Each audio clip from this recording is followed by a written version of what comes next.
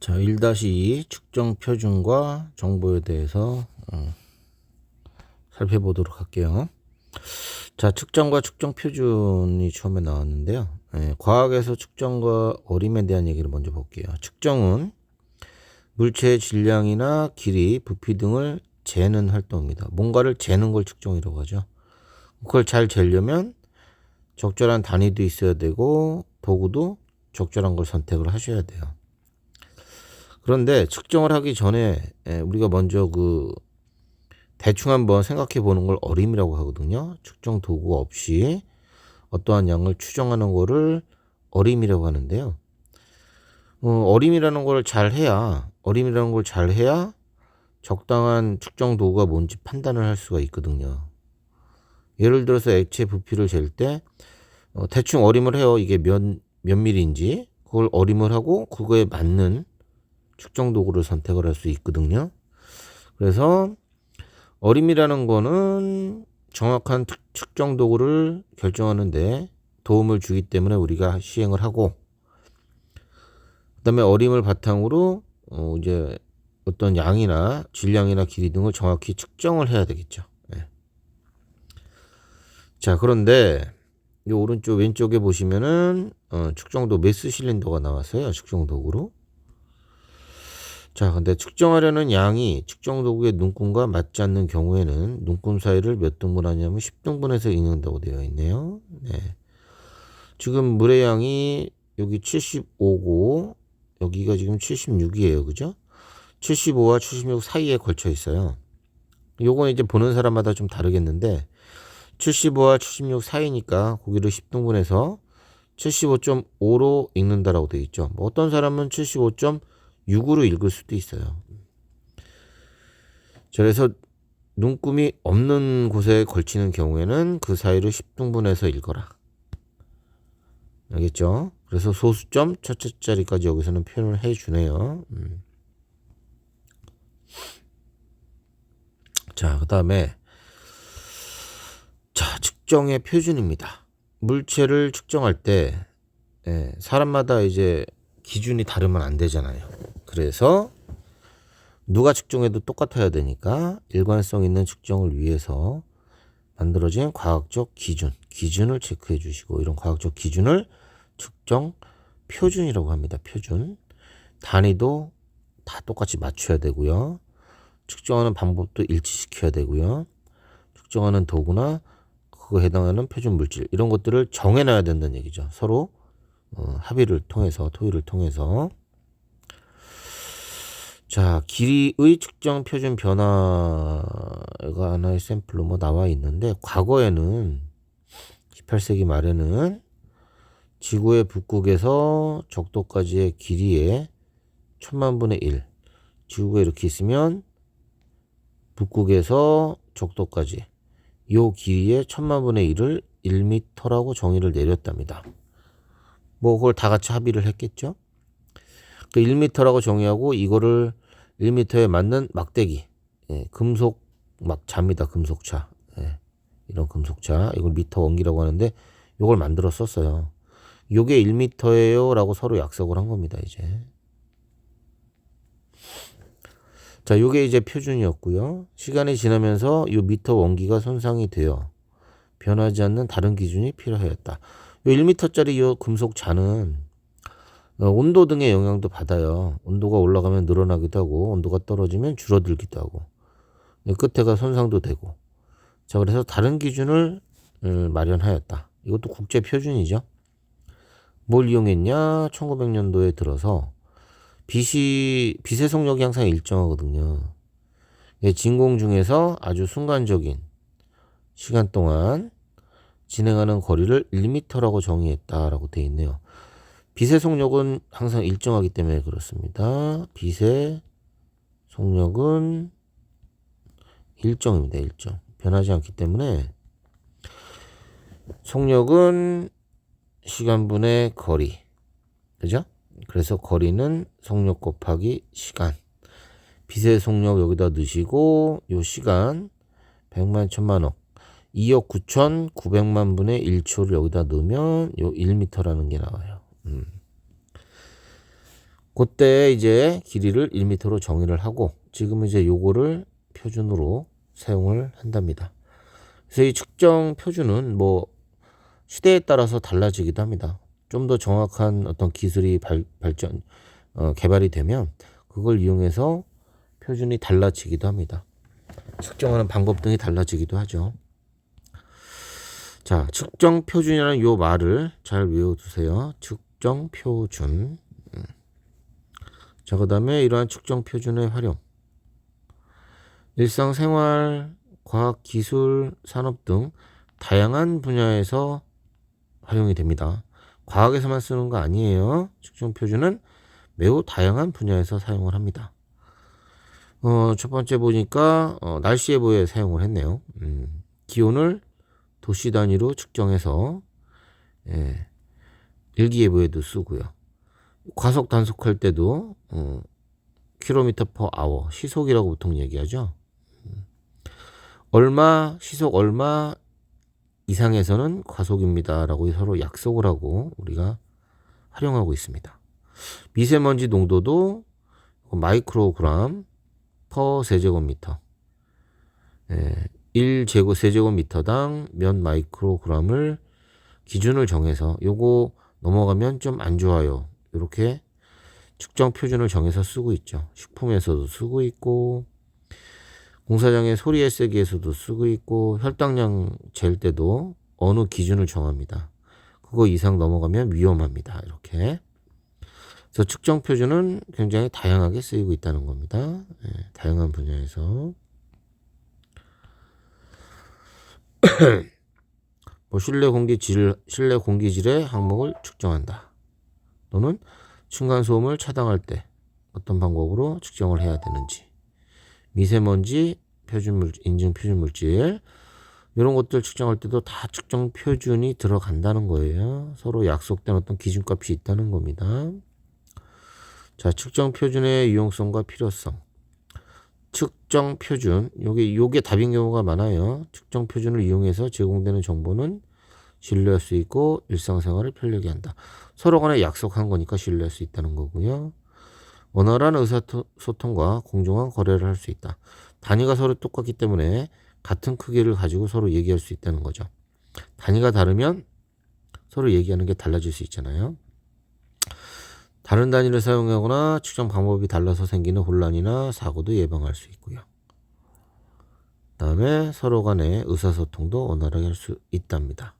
어찌됐건 중요한 건 어떤 물체를 양을 재는 걸 측정이라고 하는데 이 측정에는 서로 약속된 방법인 측정 표준을 이용해서 측정을 하라는 얘기입니다.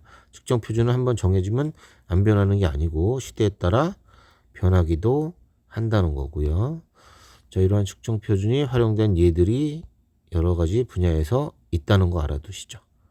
생활에서도 과학에서도 산업에서도 다 사용할 수 있다는 거죠. 네, 뭐 그렇게 뭐 어려운 내용은 아닌 것 같고요. 네. 자, 그다음에 신호와 정보로 가볼까요? 자, 어디 봅시다. 신호. 신호? 뭔가 변화란 뜻인가? 자연에서 발생하는 다양한 변화를 전달하는 곳으로 자연에서의 어떠한 변화를 우리는 신호라고 얘기한다는 거죠. 빛, 소리, 지진파 같은 파동부터 힘, 온도, 압력 등 여러 가지 형태가 신호로 존재합니다. 그 다음 이러한 신호를 측정 분석해서 유용하게 만드는 가공하는 것을 정보라고 합니다. 정보. 그러니까 정보는 뭔가 가공을 해서 유용한 형태가 되는 것을 정보라고 한다는 거죠. 자, 밑에 좋은 예가 나와 있는데요. 땅이 흔들려요. 그럼 신호라고 이게. 지진파 이게 신호라고 신호. 땅이 흔들리네. 자, 여기서 얻을 수 있는 정보. 요거를 측정하고 분석해서 지진이 어디에서 발생했는지, 지구 내부 구조가 어떻게 변하고 있는지 이런 것들을 알아낼 수 있다. 이러면 이제 정보가 되는 겁니다. 굉장히 유용한 형태로 바뀌죠. 체온, 온도 변화, 우리 몸의 온도 변화 신호입니다. 이거 측정해서 건강 상태를 확인할 수 있다. 정보가 됩니다. 자, 그래서 어떠한 변화는 신호. 그거를 해석을 해서 유용하게 만들면 정보. 이렇게 생각을 해주시면 좋을 것 같습니다. 자, 그 다음에요. 이런 여러 가지 신호들을 좀 더 좀 정밀하게 측정을 해보자. 그래서 나온 게 이제 센서입니다. 센서. 우리 사람도 뭐 여러 가지 감각이 있잖아요. 감각이 센서인데 뭐 기계적으로 이걸 만든 게 이제 센서라고 볼 수 있겠죠. 다양한 신호를 감지해서 전기 신호로 바꾸는 장치를 센서라고 한답니다. 전기 신호로 바꿔준답니다. 자, 센서의 종류에는 광 센서, 빛을 감지하는 거고요. 온도 센서, 온도 감지하겠죠. 연기 감지하는 화학 센서, 화학 센서 그러면 연기 감지. 압력 센서 그러면 누르는 힘을 감지. 그 다음 물체가 빨라지거나 느려지거나 이걸 측정하는 거 가속도 센서.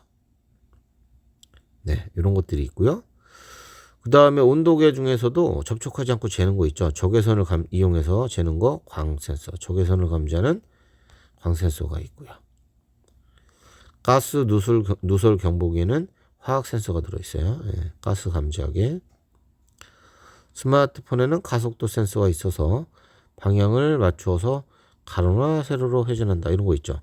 화면 전환에는 가속도 센서가 들어갑니다. 가속도. 네. 얘가 눕혀져 있는 거나 세워져 있는 걸 판단해서 화면을 바꿔주죠. 자, 다양한 종류의 센서들이 있다. 자, 센서는 하는 일이 뭐다? 네, 디지털 다양한 신호를 감지해서 전기 신호로 바꿔주는 장치다. 네, 이렇게 봐두시고요. 자, 그 다음에 이 신호에는 자연에서 오는 신호도 있고 이 컴퓨터 같은 전자기기가 인식하는 신호도 있어요. 자, 이거를 구별을 해야 돼요. 자, 아날로그 신호가 있고 디지털 신호가 있다. 자, 아날로그 신호는 대부분의 자연에서 발생하는 신호예요. 연속적이 중요합니다. 연속적으로 변하는 신호로 빛, 소리, 지진파, 온도 이런 것들은 연속적으로 변해요. 그 값들이. 자연에서 발생하는 대부분의 신호가 바로 아날로그 신호예요. 뭐 소리라고 할까요? 시간에 대해서 소리의 세기를 측정한다고 할게요. 뭐 소리를 크게 질렀나 봐요. 처음 낮은 상태에서. 그러면 시간이 지나면서 소리의 세기가 세졌다. 이렇게. 그럼 모든 시간에 대해서 소리의 크기가 다 존재합니다. 모든 시간에 대해서. 끊어지는 게 없거든요. 자, 이런 게 연속적인 신호예요. 그런데 컴퓨터 등에서 활용하는 신호를 우리가 디지털 신호라고 하는데 이 신호는 불연속적인 값이에요. 컴퓨터가 저장하는 값들은. 불연속적인 값으로 나타나는 신호다라고 되어 있네요. 0과 1의 이진수로 표시되는 신호로 0과 1의 이진수로 표시되는 신호로 컴퓨터, 스마트폰, 디지털 기기에서 처리하는 신호다. 자, 이게 뭔지 설명해 드릴게요.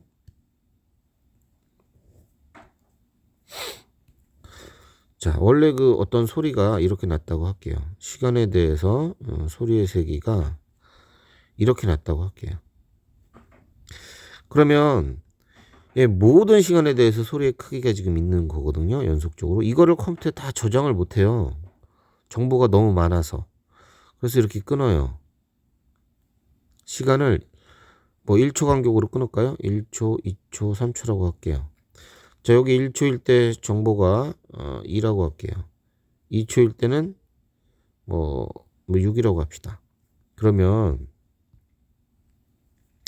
1초 이하의 이 시간에도 다 정보가 들어가 있지만 컴퓨터에 저장할 때는 1초까지 값을 평균을 내서 1이라고 정리하고 여기로 같은 정보로 취급합니다.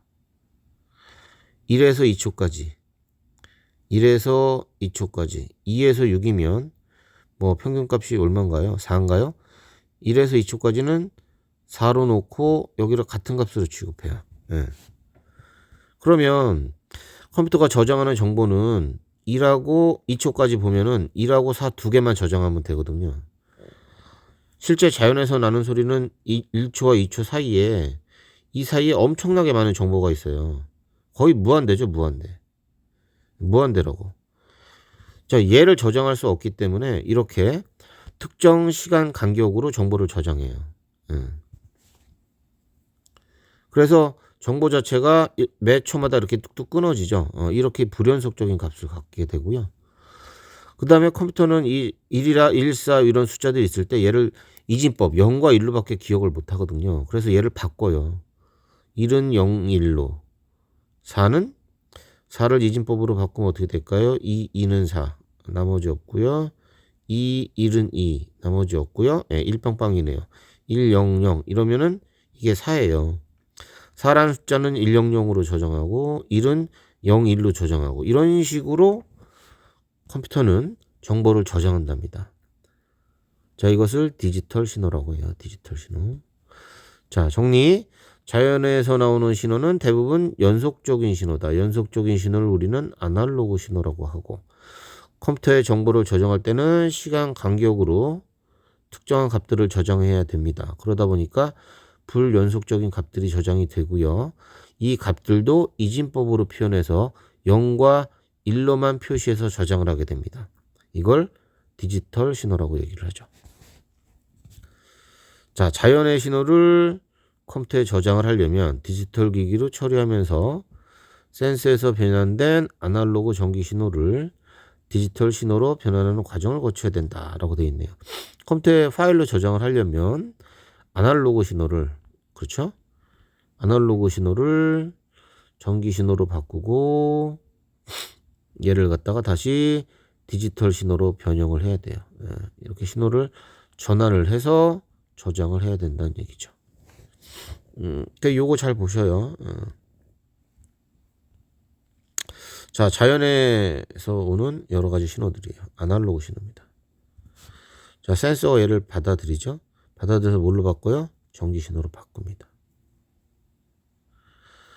자, 전기 신호가 이렇게 만들어집니다. 그럼 이 전기 신호를 가지고 이 숫자, 전기 신호의 요 크기 있잖아요. 요 크기들을 이제 0과 1의 이진법으로 바꿔요. 아날로그 전기 신호를 디지털 신호로 바꾼단 말이에요. 이렇게 0과 1로 바꿔서 저장을 하는 거예요.